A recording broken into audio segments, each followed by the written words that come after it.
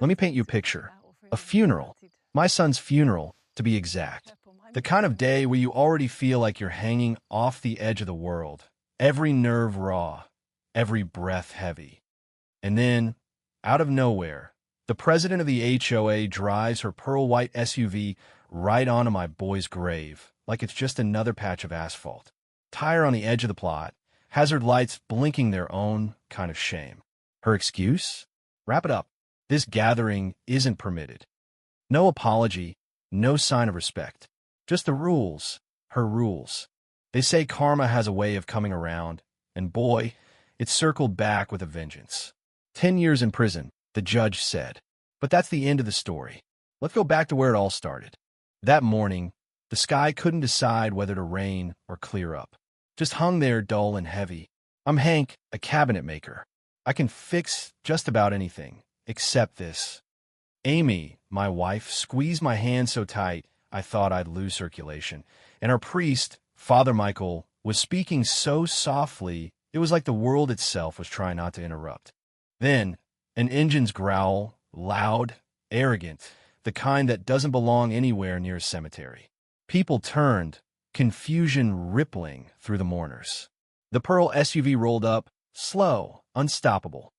It just kept coming until it finally stopped, with its front tire perched right on the corner of Leo's plot. My 10-year-old son. That's where we were supposed to lay him to rest. The shock in the air, it was physical, like a punch in the chest. Father Michael stopped, hands trembling with his prayer book.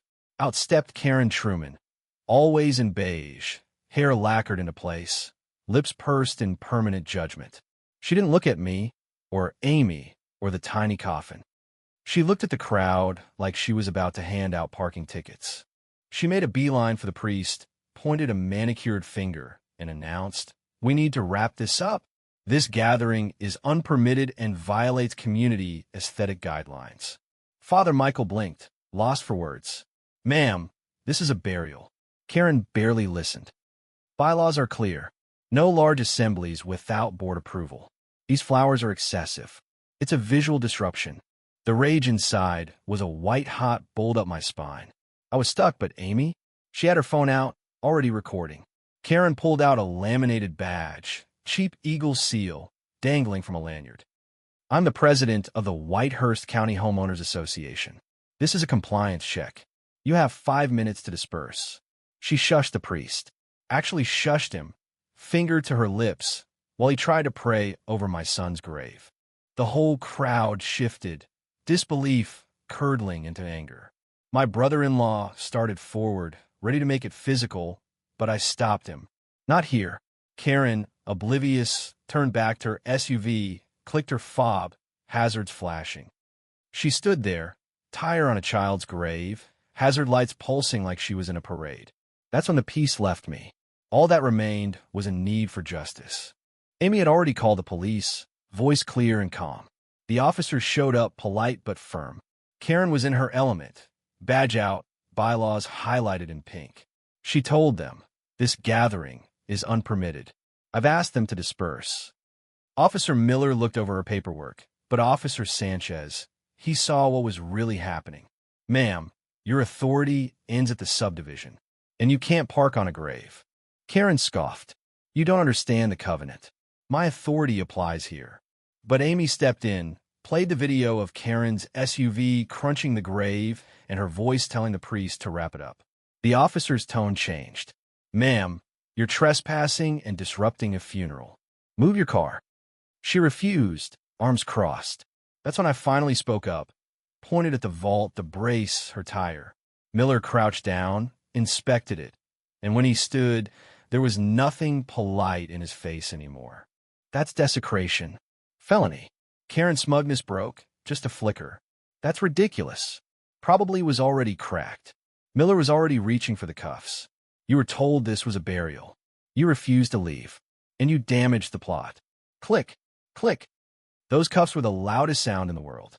The hazard lights blinked on, mockingly, as Karen was walked to the patrol car.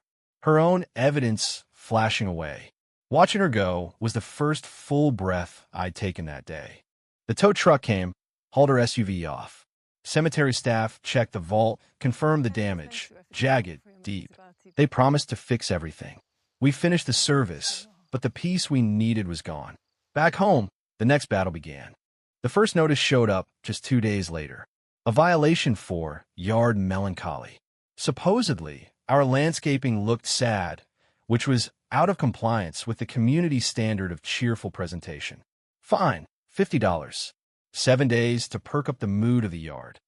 Next day, a notice about the wrong color on our grief wreath. Day after, a parking citation for my truck being 2 inches over an invisible line. Each one pettier than the last. Amy was done being the victim. She started collecting. Exhibit A, B, C. Every notice, every email. I started a binder too. If Karen was going to use the system as a weapon, we'd fight her with her own rules. Meanwhile, Amy started digging. That badge Karen flashed? It turned out to be a $9.99 download from a novelty site. She'd even left a review. Perfect for difficult residents. The compliance orders? Home printer, fake seal, different font, all fabricated. Amy cross-referenced every detail. Karen hadn't just lost her mind at the funeral. She planned it all, faked documents and authority to get her way. Then came the twist. Our neighbor Eli spotted Karen at the cemetery one night, with 2 goons and a plastic tote.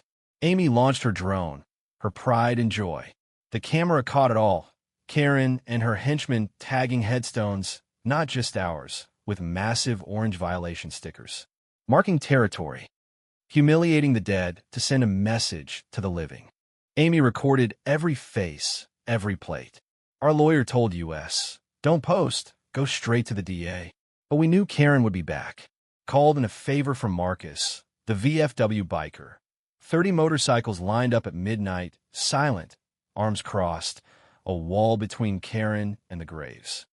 She arrived, saw the wall, and left tote abandoned. The police picked up the evidence. The DA wanted every detail and a pattern. Amy set up a live stream. Eli hosted. Neighbors came forward. Wind chimes, sad yards, parking violations. The whole neighborhood laid their grievances bare. Karen's own meeting across the street was deserted. Her kingdom was crumbling in real time. The DA called live, asked us to come in. At the next HOA meeting, Amy projected the badge receipts, the fake seal, the evidence onto the big screen. Karen's board deserted her, resigned, and walked out in the middle of the meeting. The crowd cheered, livestream chat exploding. Trial came. The DA built the case, every charge meticulously stacked. Evidence, police footage, badge vendor testimony, document expert, neighbors, and the damning drone video. Karen's defense? I did it for property values. Jury didn't need an hour. Guilty. Judge handed down 10 years, 5 in prison, 5 on probation, HOA banned for life.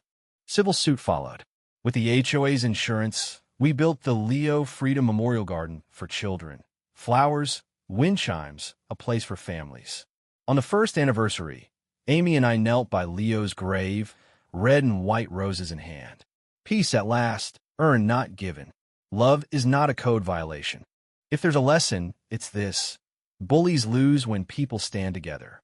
Power built on fear, fake rules, or a plastic badge always collapses. Sometimes it takes a little pain, a lot of receipts, and the courage to say enough. The end isn't about winning. It's about making sure nobody ever tries that again. Now tell me, where's the line between enforcing rules and abusing power? Ever stood up to a bully in your own neighborhood? Share your story, your thoughts. Justice means nothing if we don't talk about it, and if we don't defend each other when it matters most.